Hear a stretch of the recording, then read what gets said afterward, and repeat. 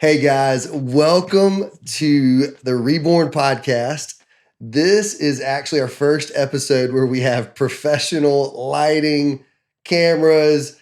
We've got a guy behind the scenes producing this for us. I'm really excited. And so for the first official produced episode, my guest is my lovely bride, Lacey. Yes. And I'm so excited to have her here. You know, it felt like a low risk, like, hey, while we're testing out the space, testing out the new setup. But also, if I'm just being honest, you're one of the people that I respect and admire the most. And so I would love to kind of tell your story.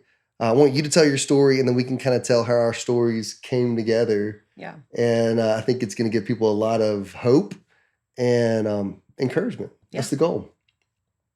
Okay, so let's start here. Let's start with childhood. We were both raised in very similar backgrounds, which, by the way, just tidbit of advice, I think is a fantastic thing to look for when you're looking for a spouse. Just you were raised in similar environments and similar belief systems. So we're both doctors' kids, right? Your dad was a surgeon. My dad was an ER doctor. In fact, both of our moms are nurses. That's right. So very medical family. Yes. And both raised in the evangelical kind of Christian community, PCA churches. Both of us went to Broward Church. You guys went to a different church after that. We both our spiritual lives have evolved at similar rates and paces, very similar stories. So tell me a little bit about just kind of how you were raised and how that kind of built your grid before you got to college. Okay. We are a family of 5. I'm the middle child. And we grew up, we hopped around. We went to Briarwood, Covenant Presbyterian, always went to church, and pretty much by the time, and growing up in elementary school, we started in 5th grade going to a Bible club after school once a week. And then in junior high, you're going to I'm going to a youth group at every little local church. And there's Stampede, or what were the other ones called? Lots of youth stuff. Lots Details of youth stuff. don't matter. Like there was constantly just something the church that we was a big part of your life. Yeah. And lots of girl ministry time. Donna Green was a major influence on my life. She started this, girls ministry in Mountain Brook. And, so that was kind of how we grew up. And then during the summer, I'd go to these Christian girl camps, and I'd ask other girls there if they had Bible clubs like we did it back home. And honestly, a lot of them said they didn't. So I really realized what a gift of a community we had in Mountain Brook. Being around other young girls my age, and also mentored by girls that were a little bit older. So that was, Well, tell me, okay, so we've talked about this a ton, over the years.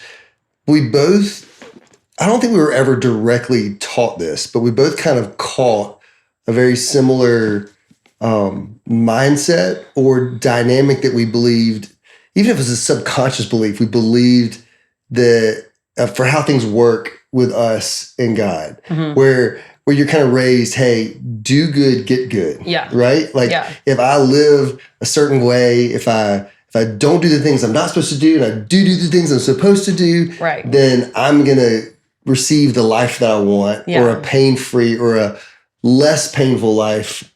Very true. Yeah. In return from God. Yeah. So being raised, in that environment, I kind of thought that if I'm doing all these things right and being good here, being good there, having self-control here, or whatever, that therefore everything else should be wonderful on the other side. And it should just, that's just how it works. Yeah. Well. So without knowing it, you have these expectations built of what your life is going to look like. And I don't know if it's being naive or what, but. To me, I would almost use the word, I think I felt entitled. Yeah. Entitled is such a strong kind of aggressive word, but I do think there was some built-in entitlement. And it's like, hey, if I don't have sex before I get married, because that's what I was taught to do, then I have earned this perfect spouse and this amazing marriage is going to be fruitful and painless on the other side of it. Or I didn't party, or I did my quiet time every day, or fill in the blanks because I did all of these things. Now God is going to give me in return the life that I really want, or the life that I dream about. So as it pertains to marriage, because that's where we're kind of going with this thing is Lacey's story is similar to mine. Kind of her major trial in life was a marriage that ultimately fell apart. And so how did that tee up your expectations for marriage? I think I thought that if I did all these things right as this Christian girl, saving yourself for marriage and not being too crazy, then I would, it's like I assumed that the spouse would be the exact same. Like it was just like a yin and a yang, and it just goes together well. I eventually just kind of realized it really wasn't that way. So let's talk about college. So when you were in college, tell me about kind of what was going on in your spiritual journey, and then how that led up to meeting your ex-husband. So, I don't know. Yeah, went to college, went to Auburn, and it was also, a very Christian community, tight-knit community there. And I worked at Jade's Ranch one summer, and you can tell the story of how we met, I guess. No, you don't tell the story how you met. It's more like, give me the big picture. So, and I'll help you. So you're in this season of like just intense spiritual growth, right? Yeah. So you're really you're learning to walk with God. You're learning to hear from God, and then you're expecting to receive something new from God, and then without going into details, then you meet your ex-husband, right? Yeah. And it felt like this just serendipitous, just major God moment. Yeah, I was in a very, very tight relationship with the Lord at the moment when I met my ex. And so it seemed like everything was aligning perfectly. And when I did meet him that night, it was kind of a love bomb. Like, it swept me off my feet. And I literally just thought, oh my goodness, I prayed these prayers before I came here, and this is the answer. But I think that was almost manipulative in a way for me to think that one thing, him, was the answer to these prayers that I prayed before I came. Like you're projecting your own desires or expectations, like to make what you thought you were hearing from God. Like, this has got to be what I was hearing, because you wanted it to be it. And it was a magical night. I mean, it was. Which is not to say it wasn't God, by the way. Right, you know what I mean? Right, true. Just because things didn't work out doesn't mean God wasn't involved in all of that. I think it's a good thing to clarify. 100%. We talk about that a lot. But yeah, so I met him, and it was a 24-hour just blur of an event of magical. It was just, again, a love bomb thing. And I just kind of came back to Auburn, and I was like, I mean, y'all have no idea what just happened. You met this older guy. Yeah. He's a chef. Yeah. You love food, by the way. I do So love food. this man speaks your love language fluently and just showers you with food and affection and flattery and my friends. I mean, it was just, and he meant it. I mean, he was very, very into you. So all of that was an authentic experience. But you're a sophomore in college? Mm-hmm. So you come back and you've got this older guy. He's a few years older. He's already graduated, and that is now pursuing you in a way that you've never seen one of your friends be pursued. Yes. So talk a little bit about that. Not tons of detail, but just the weight of it. Yeah. I mean, it was just like kind of what every girl would hope and desire, to the point where I was like, I don't know how I can't say no to this guy. I mean, who would say no to dating this person when they're sending flowers every other week, or taking you here, or going to Atlanta to dinner? You know, it just kind of, he just swept me off my feet, and I just absorbed all of it. It was, it's amazing at the time. So you say this often. You say you didn't feel like saying no was an option. Exactly. Like, Which I no look was back. not an option. Yeah. But I look back now and I'm like, that's pretty just messed up. Well, that's a little hard on I yourself. know, but I see what you're saying. There may be just a little bit of dysfunction yeah. behind like not thinking for yourself or evaluating all factors involved. There's just other facts around life versus just all the hearts and the bubbles, and the infatuation is like a thing. And it's, you still can make, just because there's infatuation doesn't mean you just have to keep saying yes, Right. There's also some other wisdom you can. But you also don't know what you don't know. And you don't know what you don't know. And I was so young. Yeah. 21 years old, maybe 20. 20. So a baby. Yeah. I meet a 20-year-old now. I think, oh my goodness. Like I was making major life decisions at that age. And you're really just a child in a lot of ways. Yeah. So we met, and then ultimately that summer, I was planning on studying abroad that summer in Florence, Italy. And turns out he was able to go too. And he got some culinary degrees. So he basically followed you to Italy, lined up a culinary school experience for himself. So now you're in you always talk about it's like the most magical summer of your entire life. Yeah, that whole year, because I met him in January, and it was just the whole entire first year of us dating and getting to know each other, and then going to Italy. And I was there for 2 months and took art classes out there and cooking and wine tasting. And it was just the most, and we traveled everywhere.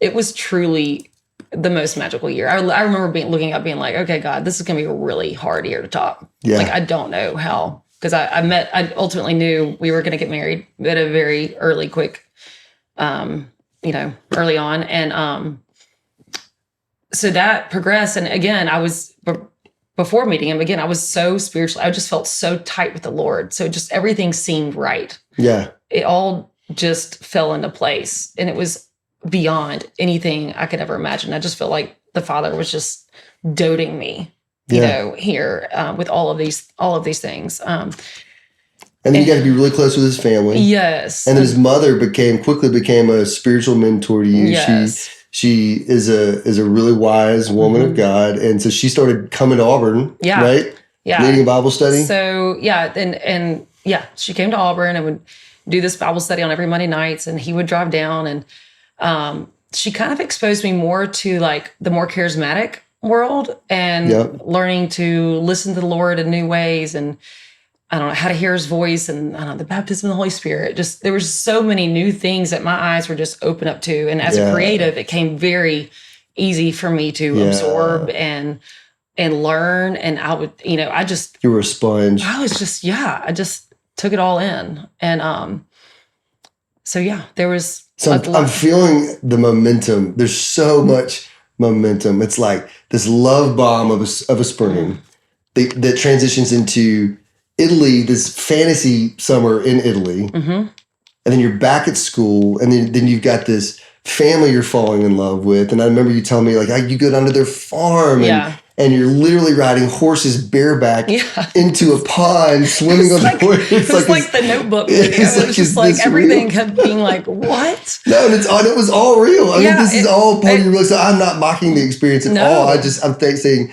you had this, the momentum is unmistakable. Yeah. So, and then his mother's mentoring you, and you're growing in your walk with God, and you're hearing God's voice. And so tell me, when you talk about hearing God's voice, tell me probably your most significant or favorite story about what that was like during that season.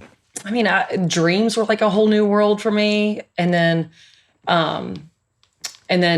well, there's one particular day that I remember being in my dorm room alone, and I had my headphones in my ears, listening to some worship music, and I just was praying to the Lord, and I just said, Lord, I don't know, I guess I was looking for some kind of vision or whatnot, and I don't know, in my mind's eye, I saw a feather, and I said, okay, God, I don't know what that means, but I'm just going to say, I see that, and I'm going to go with that. And Lord, thank you, Lord. And so I stood up and took the headphones out of my ear, and in the mirror, there is on my forehead. So you look in the mirror. I look in the mirror, and there was a feather on my forehead. There's a feather, an actual feather. And it just started falling to the ground, and my heart just like stopped. It was really a moment for me of just like, whoa. Yeah. Like, and I know that some people might be like, that's just absolutely crazy or No, it's whatever. But beautiful. for me, it was my story, and it was me Yeah. trying to just, And no one can downplay no one can what down. you experienced in Yeah, that moment. it was my little This was intimate your moment with the experience. Lord, and my request and my vision, and it's that was, so I just was like, whoa. So ever since, every time I see a feather or saw a feather over the next couple of years, I just was It like, became a thing. Every time you saw a feather Yeah. in any shape or form, it reminded you of that moment. Mm-hmm. And you would what? When I you would would just be like, thank you, Lord, that you're here with me. Yeah. Like it was just, I just knew his presence was with me, and I could have been happy, or I could have been sad, or I could have been angry. It could have been anything, but I knew it was it was just like my little thing with the Lord of, okay, I see you and you're here. Yeah. Wow. Let's see. Okay. I love that story. So fast forward, you graduate, you get married, Mm-hmm. and I graduated like right out of college, right at like May 20th. you got married right after graduating. Yeah. So like, as fast as humanly possible, Mm-hmm. you'll start your life as a newlywed. Life starts happening, right? So Yep. at what point did you realize that something was wrong or off? Goodness. Well, it wasn't until I was pregnant with, or after I had Ford, my oldest. Well, before Ford, let me ask you this. I've heard you use the word, things were just always chaotic. Yeah. Even before kids, Yeah. there was this chaos, and I feel like you realized you had you have a high tolerance for chaos. Like you could handle kind of the chaos. And he had a crazy job. He's a chef. You understood it's late nights, crazy hours. You bought into an unorthodox lifestyle, right? Yeah. It was very hard. So I mean, of course, we're newly married and moved around a little bit. But he was gone a lot. And I was alone a lot. That was a lot of our marriage was, me alone and trusting the process, TTP on that. Like, him, pursuing his career, and hopefully it will turn around and make the best of it. But he's building a life for you, and you're trusting that you're sacrificing now, but it's going to pay off. Right. A lot of trust. So years go by, and there's chaos often, but like I guess I could tolerate it. I don't know. But were there good times? There were good times too. Yeah. Yeah. We did have fun. We lived at the beach for a while, and that was really fun. But we're now growing and we're getting older, and then we eventually wanted to start a family, and I kind of thought we're all going to go on this path together, So end up having Ford, and there is an incident that kind of shifted everything for me. And it's a story that I'm not going to really tell the details to, because I want to honor and respect the boy's dad. But there was a moment where he was in trouble, and he put me in a position to come to his aid at the risk of our 4-month-old baby. Yeah. And I know the details of the story, which obviously we're not going to share, but you had to make a choice. I had to make the choice. I had to make a choice of I do what he's asking me to do to take care of him, but to do that was going to put the baby at risk. Yeah.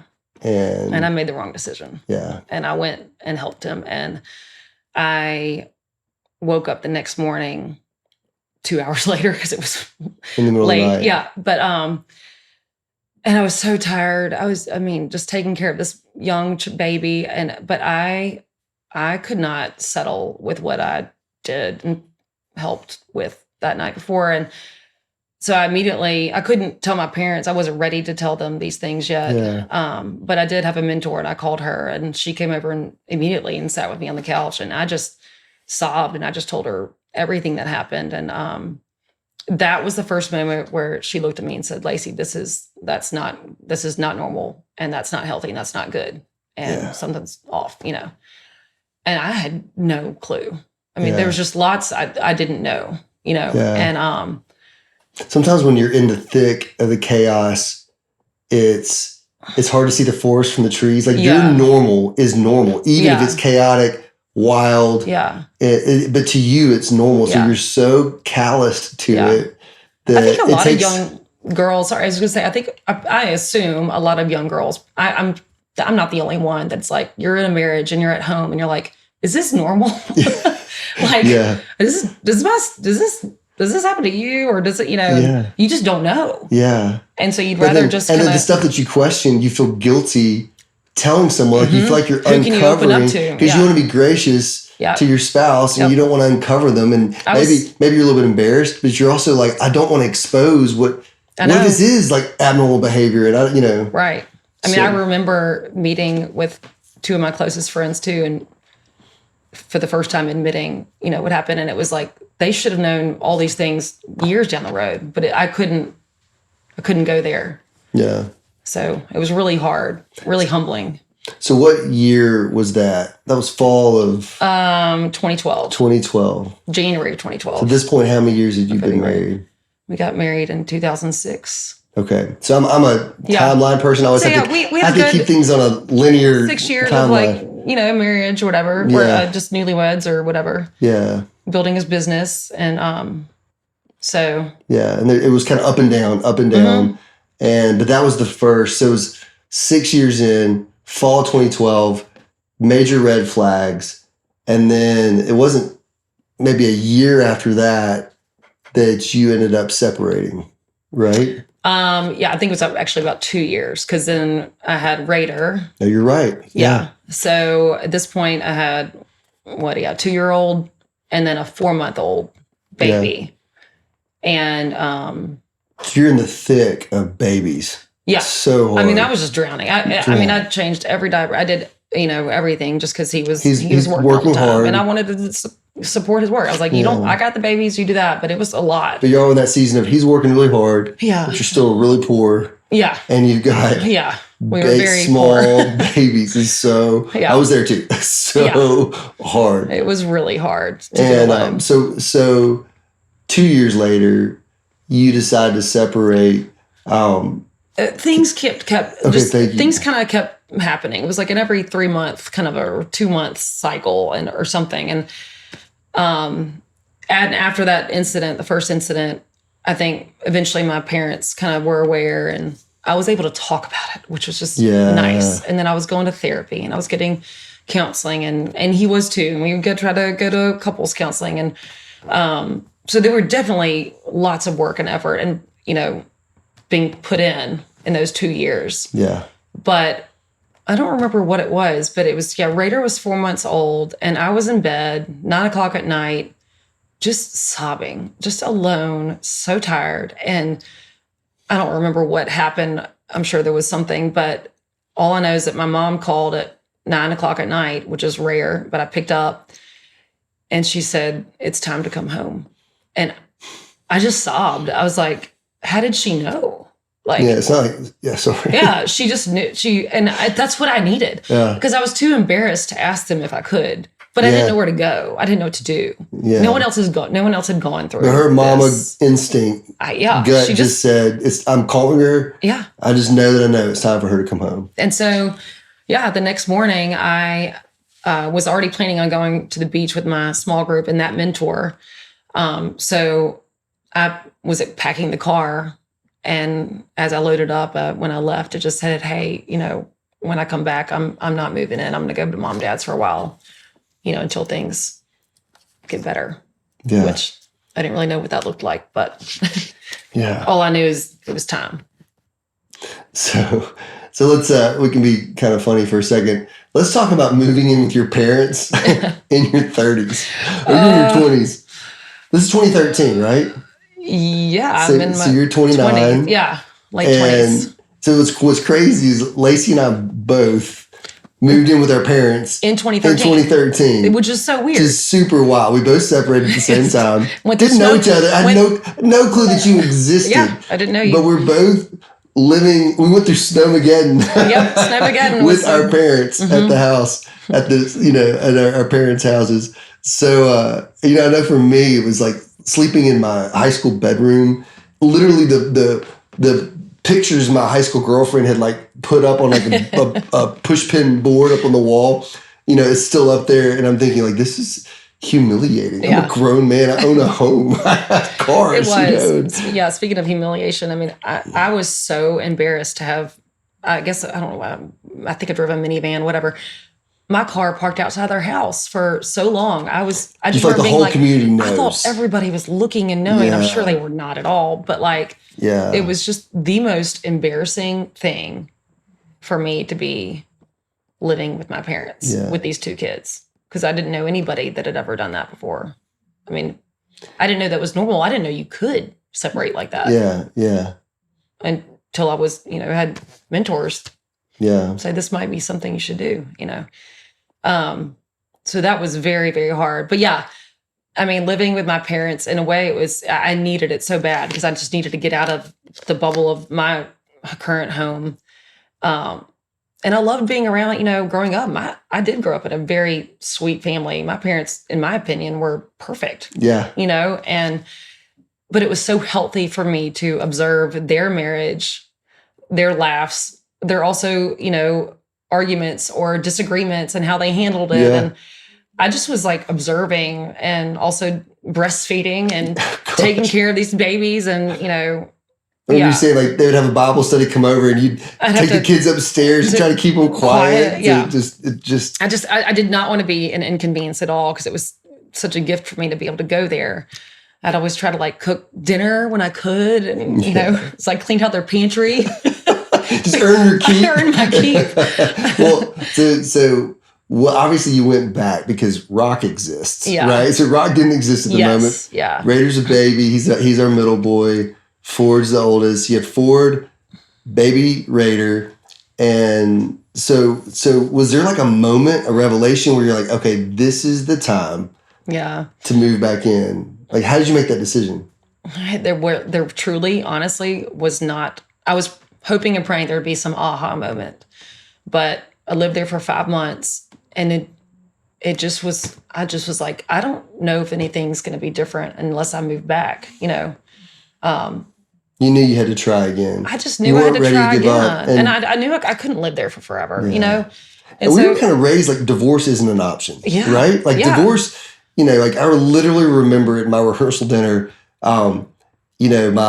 it was actually my ex-wife's grandmother got up and she said, we don't use divorce in this family. No one has ever gotten divorced and however many don't say the word. generations. And like, lo and behold, we were the ones that broke the cycle. But we were raised in that culture of like, just divorce isn't an option. So just to even wrap your brain around accepting that is really, really, it's a huge paradigm shift that's very difficult, I think, for a lot of people to get there. And while I was living there, I mean, I was, again, going to lots of the different meetings to get help, and counseling sessions. And I also went back to my art studio. Yes. No, thank you. Tell me about that. That's right.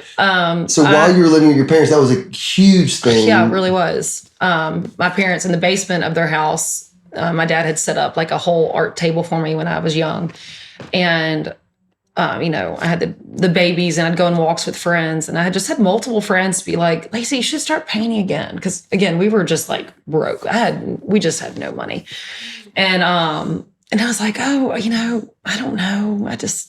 But anyways, I ended up going back down to the basement and picked up my favorite medium, which is pen and ink and watercolor. I loved that in high school.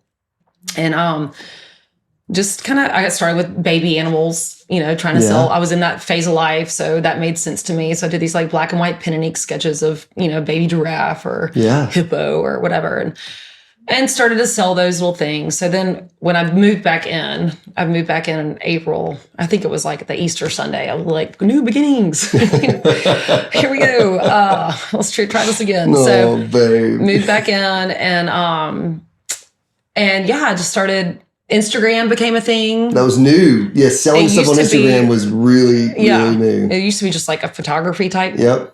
I remember. Pictures. It's like photo editing. All of a sudden it was more of personal life or selling something or whatever. And so moved back in with my little paper and my pen and ink, and I worked in the kitchen at this house and just started to dabble in that. And then got into a local store in Birmingham that was an English village, and the owner of that store really helped me and encouraged me, and kind of mentored you. she mentored me and kind of ushering me into like how to make money as an artist, and would help me price things. And I didn't know what I was doing, and just doing this all in my spare time or late at night after I get the kids to bed. So, but it ultimately, it started to grow. So how are things in the marriage? So okay, let's go back. You've moved back in. You're trying to reconcile the relationship. At the same time, you've got this small, very small, kind of meager beginnings of an art business, but that's giving you something to do. It gave me something to do, and it brought a little bit of money in. It kind of gave me a little relief, independence. Yeah, and I think that was helpful. And yeah, I guess. So how was the relationship going? I think it was good. Yeah, it was kind of a blur. I'm trying to remember, but I mean, we'd have our moments that was good, and then there, there was still some hard, but ultimately, I think we were both trying again. Yeah. And both going to counseling, and we were putting efforts in for sure. He was still getting his business off and gone a lot, but I think having my own little sidekick was a good thing. Yeah. And still being a state present mom. Yeah. Which I really wanted to be. So in 2015, that's when your business really started kind of getting some momentum, right? Mm-hmm. So talk about that.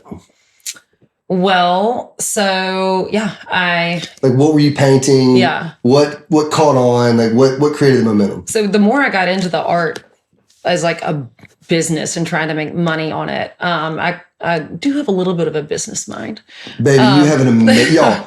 Lacey is a unique creative because she is 100% a right brain creative. When you hear us communicate, you can realize I'm very left brain. She's very right brain because sometimes we totally miss each other. Yeah. However, but she's unique in the fact you have a brilliant business mind. You're very strategic. You read your P&L once a month at least. You want to know how you're doing compared to last year. You're trying to figure out where you're losing money. Anyway, you have a brilliant business mind, so don't downplay that. So it all started with thinking, what can I do to help grow my business, And there were other artists kind of coming along, and everyone was doing, and everyone was painting on canvas and framing things on canvas, which I love painting on canvas too, and I would attempt that, but I just felt like it didn't resonate with me. Yeah. And so I just had a moment with the Lord at one point, and I was like, okay, I've got to do something different. And especially if I'm going to want to make money on this. You want to differentiate yourself from what everyone else out there is doing. I want to do something different and be more original than the other people. And no one that I saw was doing like pen and ink and watercolor stuff. And I just so happened to absolutely love working with that medium. That's always been your favorite medium. So it was like, okay, like, come on, Lacey, that's exactly what you should do. Yeah. So I did. I remember picking up the pen and ink and watercolor again in my kitchen at home, but moved back home on the kitchen floor. And I just prayerfully was like, okay, God, let's do something here. And did these 2 strokes. And oddly enough, it looked like a feather to me, and didn't think anything of it besides like, that'd be kind of cool to do a bunch of those and make them into a group, and posted it on Instagram the next day. And I also wanted to make sure they were watercolors very quick. Yep. So you can dries quick. I can pick it up quick. As a mom, you can't sit there and work on one piece of art for 2 weeks. No. You need to be in and out. It's also your personality too. Acrylic, it is totally my I always personality. joke there's no dust on Lacey. Yeah. Because she never stops moving. She's just very efficient. Get it done, get in, get out, Very true. And the watercolor brushes don't ever get stiff from the acrylic. Yep. So just the cleanup was easy. It dried fast. So practical. Very practical. And I did only monotoned colors. It was sepia, gray, black, gold. It was just very neutral colors. And I just would paint. So you posted your first set on Instagram. I posted my first set. They sold immediately. And for how much a piece? Oh, probably like $10, $12 a piece. And you're thinking, yes, I just made $50. I made $48. And she had the same vision. The girl who bought it was like, I'm going to do a group in my husband's office. And I was like, yes, this is it. She got your vision. And I guess I posted it just kept on selling. I just kept on posting them. And I would group them in 6 or 4 or 2. And you can go back to your Instagram page, right? Go back to the early years, and you can see these posts of the early feathers. The OG feathers. They're very different than what I do now. Yeah. But also I like actually love them. But so yeah, I would just group them and people would just buy them off just immediately. They didn't have to pick or choose. They just trusted what I put together. So they started to sell. And that was what year are we in now? That was fall of 2015 or fall of 2014. Started 2015. I started my LLC. Okay. So it was like, okay, I think I'm making some money now, and so you're officially in business by Lacey LLC. Yeah, came up with a little name. Yeah, logo, all that good stuff. Made it official. And so then, I really started that whole year painting, and other things would come out. I'd still kind of paint on canvas some, but the year continued to progress to where the feathers just kept getting more in high demand, and it just blew my socks off. And so that I would. And didn't you say like feathers were a thing too that year? So by the end of 2015, I remember the anthropology catalog. Yeah. Which I think those creatives are just super prophetic. They're prophetic, yeah. I mean, I'm telling you, after You're that, hearing I was feathers, seeing feathers. They're hearing feathers, seeing feathers. So yeah, like December 1st, 2015, it's all these feathers like on the anthropology catalog, and it's like birds of a feather or something. And I was like, feathers are so in, and I've been painting them for a year. So that was really fun to see. And I was staying up till midnight painting probably, 30 feathers a night. I don't know. It was a lot. Yeah, so the floor would just be covered. And again, so guys, you gotta understand, watercolor is water, so it drips and moves. Yeah, so you can't paint it on an easel. It has to be flat on the ground. So imagine this kind of janky, old school, hard floor kitchen, and you have just watercolor papers. As far I'd go to bed and there'd just every be square inch of the feathers floor all is over the covered floor. with feathers drying. And then before the babies woke up in the morning, I'd just pick them all up and then put them on the counter. And as fast as you could paint them, they would sell. Yes. And then you would she was like a drug dealer. Right, that's how you worded it before. But she would load up the trunk of her minivan with these feathers and pull up in a parking lot, and these housewives would come shop out of her trunk. You need a dime bag. I mean, a couple of matching feathers this here. Looks really sketchy. So she would line them up, and they would figure out what sets they wanted to create. And, it was bizarre. It was just out of my.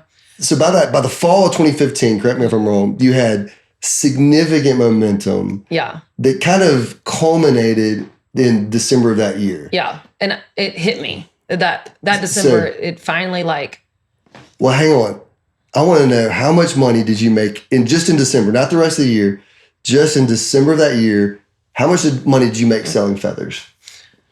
Well, so yeah, let me get back to it. So December, I think when I was late at night like that, I remembered I knew I was making money. Yeah, I knew. Yeah, sorry, painting feathers. I knew I was making money, but I didn't even have time to balance my books or see how much I was making. But it hit me all of a sudden then that with the Lord, I was like, I've been saying thank you every time I looked at a feather for the past 10 years. Yep. And here I am now just floating on them in my kitchen. And you're literally, this is my provision. So it's like I've been saying thank you for all these years. And now that December, I made $50,000 in 1 month selling feathers. And that's not even including the October and the November that kind of built up to that, getting ready for the holidays. But that 1 month, and I didn't even know that was a lot. I didn't know. Yeah, because this is a lot of money. I didn't know. It's like, baby, that's like a teacher's salary. I know. I just was like, I'm grateful. I'm so, but I didn't know. I didn't understand that part of the money, like how much to live on. Tell about when you took it to an accountant, like your books to an accountant to get ready for taxes. Yeah. And I was like, and he goes, well, what do you do now? And I was like, well, I paint these feathers. Because at the time, it ended up being like all I did every day. And I was like, I paint these feathers. And he was like, feathers? Feathers. And I was like, yes, sir. And he's like, feathers. Feathers. I was like, he's trying to figure out what in the world. I think he was like, do you actually paint a feather? And I'm like, no. It's like watercolor feathers. But, it's a lot of my yearly, whatever, P&L. And y'all have to realize, too, because she's still painting these. God bless these feathers. They still put food on the table for this family. But they sell for a lot more than they're selling. Yeah. So I mean, the supply and demand. $50,000 worth of those feathers back then. It's a lot of feathers. So Yeah. mama was up Yeah. really late at night painting feathers. And then you got toddlers in the house. So I imagine the next morning before the toddlers are up, you got to gather all this up and put it somewhere safe so they don't get ruined. I can't imagine the hustle. And I was shipping them out of my house. I had ordered these like 100 manila envelopes and these clear bags, and I'd just ship them all from my house, print them and the shipping label, and so. Okay, so that was December of 2015. Let's move into 2016. Okay. And this is actually when I entered the picture, which is kind of funny. Mm-hmm. So not in a romantic light, but this is the first time we meet. So talk about kind of that process. What led up to that? You wanted to renovate your house, basically. You had a plan to renovate your house. In like a 1960s house. Shag carpet, literally original appliances. The OG of the OGs. And I was okay with it. Brick wallpaper in the kitchen. I can see potential, like. But you got to deal with the century on the house. You got to deal with it for a hot minute. And we did a little halfway, at the very beginning. And then all I wanted was, I love to cook, and I just wanted a good kitchen. And this kitchen that we were in was just not cutting it. Mm-mm. And so finally we were ready to do that, and so excited. So we got a contractor, and we're ready to go, but it was just not quite in our budget. Because anyways, my ex, I didn't know this, but taxes were not paid the year before. And so a chunk of the money that I had for the kitchen that I was so excited about getting had to go towards the taxes from the previous year. So now your budget got really tight. My budget got very small. Yeah. And so he told me to go get like 10 other contractors and quotes and stuff. So I did. And you were one of them. Yeah. Because I knew your sister. Your sister and I ran together 3 years. We're running at that time together, I guess. And you were in construction at the time. She said, give my brother a call. Yeah. And so I guess I got a number from her, your number from her. But anyways, narrowed it down to 3. You were the lowest bid. I've also seen your work at other friends' houses. You're Shan's brother. It just was an easy. So we did really high quality work for a very low price, which is why I'm no longer a contractor. Because a good business mind would say that's unsustainable. And indeed it was unsustainable. So that's another story. Yeah. But anyway, so you selected me. Yeah. So I wasn't one. I had to leave that, unfortunately, or whatever, but then it all worked out, found you. And I also was pregnant at the time. So I guess I was probably like 16 weeks pregnant, very early, but I was on the time clock. Yeah. So I was like, we need to get this going, you know? And, so you're pregnant, start renovating the house. Now at the same time, I feel like when you've told the story in the past, it's like you and your ex were kind of started living very independent lives. Yeah. Right? You're managing the renovation alone. Doing a great job of that. You're chasing kids around. Your art business is booming. Yeah, my business is growing for sure. And I'm also internally growing a lot. Behind the scenes, there was still like the chaos that was always kind of an underlying thing. And there's just lots of different stories with that I won't get into, but things were that kind of got hard again. Yes, I got pregnant, but I knew I wasn't done with babies. Your lives weren't that separate, babe. They weren't. You made a baby. I know. It's like you kind of think a baby's going to help or building a family will help things. Maybe that was like my subconscious. So subconsciously, tell me if this is wrong. So subconsciously you're thinking, well, if we have another baby, maybe it'll help him settle down. Yeah. Maybe it'll help him focus. Yeah. Maybe it'll kind of solidify us as a family unit. Yeah. And I just deeply knew. I was like, I'm not done with babies. You're not done. Anyway, so I was pregnant with Rock. And Lord knows we needed Rock. Mm-hmm. He is the delight of our home. Yeah. Love that kid. Yeah. So thank God you had another baby with him. Yeah. Because we love Rock. So I'm trying to think. Yeah. So 2016, got pregnant with Rock. Start the kitchen renovation. So you're pregnant. Met you. Renovating. We met. Honestly, I never saw you again. Maybe once because I put a project manager on this job. Mm-hmm. And then but at some point you're already like thinking about filing for divorce. Like, hey, like when did that happen? Because this is the same year you filed for divorce. Yeah, there were just things going on, and I don't even remember all of it, but I just knew. Yeah, it just got to the point where even my parents, we were meeting, and I knew I was ready. It was time. I was like, I can't live like this anymore. Yeah. And so things okay, and what the way I was living, I think is what you were trying to get to, is I just internally decided like to not say anything. I'm not going to nag about anything. I'm not going to request anything. I'm not going to suggest this or suggest that or ask this, or I'm just going to take care of me, take care of the boys. I'm going to personally finish, this kitchen project alone and just kind of make all the decisions because it was just too complicated to get asked or whatever. So, and it needed to get done because we had this baby on the way. So I just kind of started living. I just decided internally just to kind of like live my own life and just watch how the other side kind of pans out. And you're like, I'm going to stop trying to control this. I'm going to stop. And is that fair for me to say? I'm going to stop trying to control our relationship and his path. Yeah. And I want to see his choices towards the family. Yep. Without my influence. Without my influence. Like, what does that look like? So that was going on for a couple months. And I was to the point, we were living in the same house, but we're not, I would not call it a marriage at all. And there was really no interaction and different hours of the day. Like, I never saw him. So, but then the week before I filed, he complimented me and he said, thank you. You've been so good, helping me with this restaurant. And you've been such a good wife. And I just feel so blessed and thank you. And you're just so wonderful. And this is so great. And our marriage is so great. And thank you. So you realize that for him, no relationship was the best, excellent. That was you being an excellent wife. Mm-hmm. And that was my final confirmation. I was always praying for confirmation because this was not a light decision. No. I didn't know anyone that had made a decision to go through Let's just clarify here. In the middle of a renovation. Yeah. 7 months pregnant. Yeah. Trying to run your own business, chasing 2 other toddlers around, you make the decision to leave. It was the hardest season of my entire life. Yeah.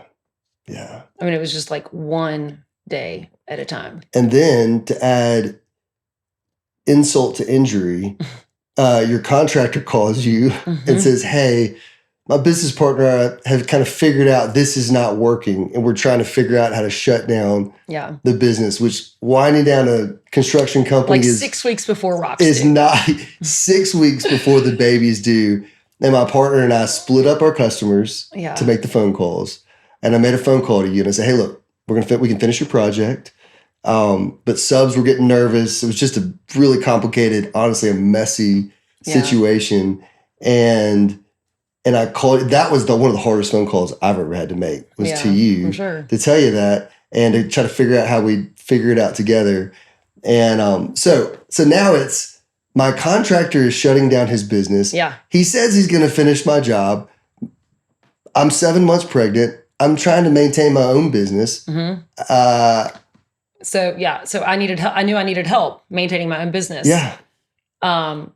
So prior to filing, we had discussed getting an au pair. Because I was like, I cannot take care of 3 kids and work like I'm working and bringing home. So for those listening that don't know or watching, an au pair it's almost like an exchange student program where a student from another country comes and lives with you. They're taking classes at a local university, but they also work for you and help. Someone recommended it because I was like, I don't know what I'm going to do. I don't know how I'm going to do this to take care of these boys. Like, he was never home ever. So yeah, they said, look up an au pair, and I did. And the process works where you kind of make your own little profile, if you will. It's like a dating app almost. Yeah. And I look at these girls, and a lot of them were from Brazil. They're all over, but there's a lot of Brazilian girls. And interviewed about 3 girls and then landed with Talita. And so once you commit to the girl, they fly them out 30 days later. So it's like a really quick turnaround. Again, I'm 7 months pregnant, and she didn't know. I think that all happened prior to me filing for divorce. But anyways, so yeah, I filed for divorce in September. Talita moves in with me October, and Rock is born in November. Unbelievable. I want you to talk about giving birth to Rock. That was after all, in the midst of all that. Finish what you're going to say. I'm sorry. It was. I'm surprised I'm not crying, but yeah, that was one of the hardest days of my life. I just watched that movie, It Ends With Us, last week. I'm very late in the game, but I just sobbed watching that movie. Because at the very end of the movie, she's pregnant, and she's also now filing for divorce from her abusive husband. And but she's putting the crib together and getting, the nursery ready, and like the scene where she's like birthing the baby and he's there. I mean, I went through all that, it's like, I knew the decision was right for me, but like, it's still your baby too, and like, you need to be here in the room. Yeah.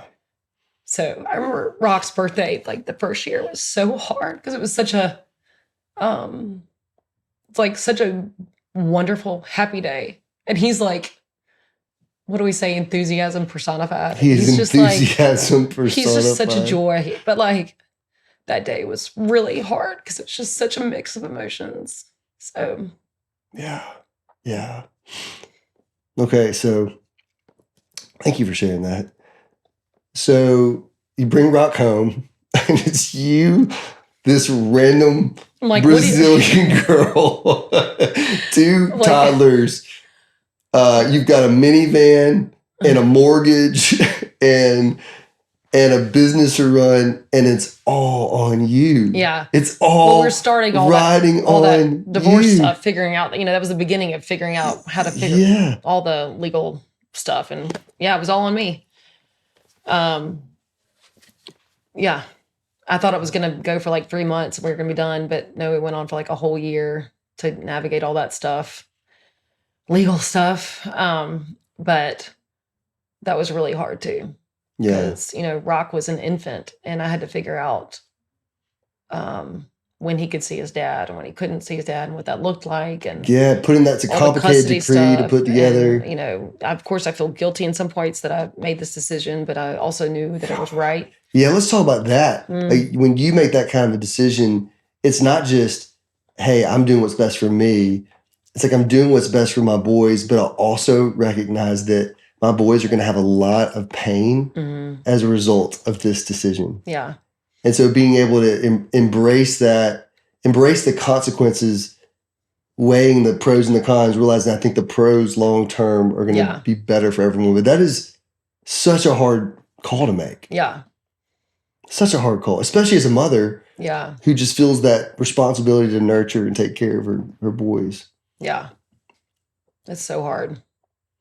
So we'll close with this. So you're entering into 2017, and you've got this random Brazilian girl who's now like family, Talita. She was such an angel. Is living in your house. But it was kind of like having a teenager, you said. Yeah, she was a lot younger. And you had to teach her how to drive. I had to teach her how to drive. And the minivan kind of had some signs of that. Only one, I think. She did pretty good. She did pretty good. Yeah. But Tina, we named no one Tina. It was that was Brenda. Brenda. I'm sorry. We named our car. So Brenda, the minivan, had some wear and tear on her about when all was said and done. No, but Talita became so much a part of our family. So you got a young Brazilian girl that you're mentoring, who's also helping you take care of baby Rock. You've got a thriving business, but you also have to keep up with. Yeah. You don't have a guaranteed paycheck. It's not like you have a salary job. So if you don't work, my time you don't eat. You don't work.